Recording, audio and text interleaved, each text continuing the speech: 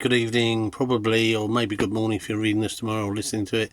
My name's Kevin Hodge. I'm reading letters that my dad wrote, mainly to himself, I guess, in 1999, 26 years ago, when he was a journalist.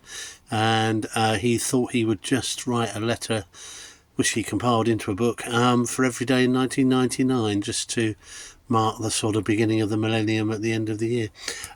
We had a slight blip yesterday. I forgot to do it.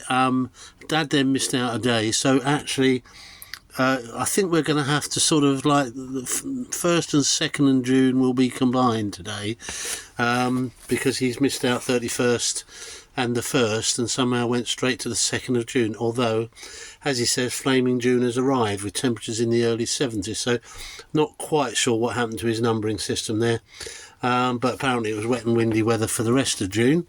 It was day 69 in the Balkans conflict, and Slobodan Milosevic had agreed to hold talks with EU foreign ministers and ready to accept NATO terms. However, bombardment continues, Dad said, as build-up of land forces. Gloomy forecasts emanating from the Home Office, Dad said. So 6 months in advance, they were predicting all sorts of things on the Millennium Eve. So greater injuries, accidents, burglaries, muggings, you name it, was all going to increase exponentially on New Year's Eve night. So it said hospitals could well face an increase in the number of cases of food poisoning as overloaded hotels and restaurants store food for longer and inexperienced staff make mistakes. Now again, if you were ever in any position of knowledge there, please let us know if that actually turned out to be true. And as we know, the Millennium Bug didn't actually seem to do anything, so perhaps the Millennium Food Bugs were likewise, hopefully.